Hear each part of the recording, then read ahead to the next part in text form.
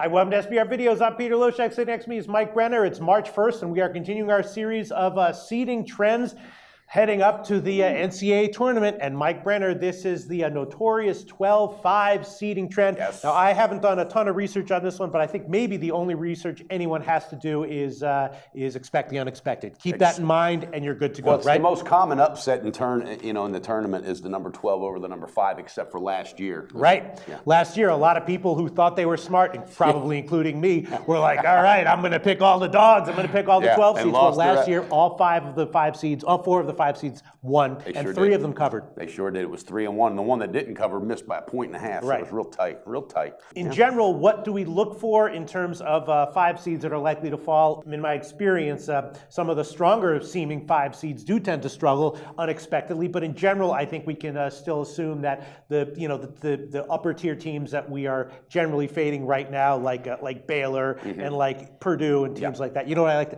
I like to say, like your Baylors, like your Purdues. I like to say it like that. It's kind of obnoxious. I like to be obnoxious. But, teams like your Baylors, like your Purdues, in general, you want to look for those teams to, definitely be good bets against ATS and maybe to lose outright. Is there anything you look for in terms of a 5 seed that's more or less likely to fall?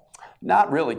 Sometimes I look for them overlooking the opponent and looking to the next round. That's obvious. But I think a lot of that comes with coaching. But I think you're going to see a couple spots this year where you may see some upsets, Pete. Do you have any other numbers about the 5-12 matchups? Just moving on. The 5s that have avoided upsets in the openers the last 15 seasons have gone 20-14 straight up. Okay, but only 16-2 though against the spread, and that's most in the next important. round. You mean? Exactly. Yeah, in the next round. So they're not cashing tickets per se. They're getting some straight up wins, but not necessarily cashing tickets. All right, so who do we think might be a number 5 seed this year? Maybe Cal. I'll tell you, if Cal's a number 5 seed, I'm not going to be looking for them to fall or to lose ATS. They're playing really good right now too. They're really hitting on all cylinders. But I was thinking Cal might be in there as a number 5. Cal might be a number 5 seed. Texas might be a number 5 seed. If a Texas is a number 5 seed, I'm not betting against them. I'll tell you that right now, Mike Brenner.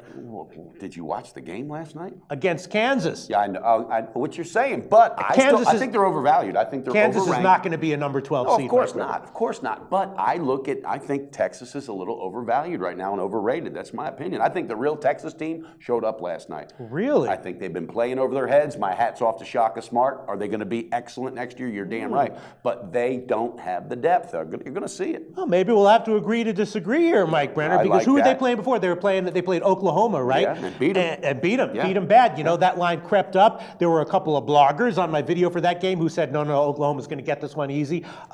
Listen, is Texas an elite team? No. Are they the type of team that's going to be competitive reliably against teams like Kansas? No. But are they the type of team that's going to get upset or lose ATS in a 5-12 matchup? I don't think so. You think so? I think they could. I think they could, yeah. And I'm going out on a limb. I may be wrong, but I think they can. What I saw, and I watched that game last night, and the chemistry wasn't there, and I think these guys are getting fed. Right, because they were playing Kansas. I understand that, but if you're showing up against Oklahoma, why don't you show up against Kansas? Because it's hard to show up 2 games in a row against quality competition. Exactly, but that's what separates the men from the boys, and therefore that's why I think if they're a 5 and there's a 12 coming in, they're liable to overlook them and get upset. All right, well, we shall see. Interesting stuff here. We'll see what seed they get. Yeah. We're going to have to agree to disagree here. We also, Cal, Notre Dame might be a 5 seed, right? There's sort of Indiana might be a 5 seed. There's a lot of actually kind of strong teams that are projecting to a 5 seed this year. Indiana would be a really strong 5. Yeah. That would be one I would certainly, bet with and for ATS for sure. And even Notre Dame, they tend to peak as it gets towards tournament time. And Texas A&M might be a 5 seed. I wouldn't feel comfortable betting against them, but that's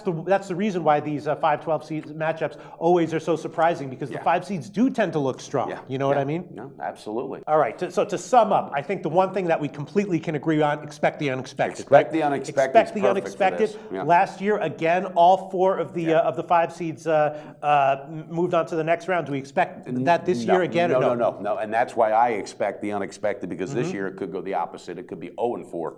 It really could. It could be some big upsets. Well, we don't know who the 5 seeds will be. We'll make more predictions when we know what the seedings are. My sense is, though, there probably will be an upset on a 12 seed, but actually my sense is I think we are going to see 2 or 3 5 seeds advance again. I don't think it's going to be like, in previous years where we saw 3, we're repeatedly seeing 3. And again, 12 seeds it's advancing. interesting to see how the trends work and Right.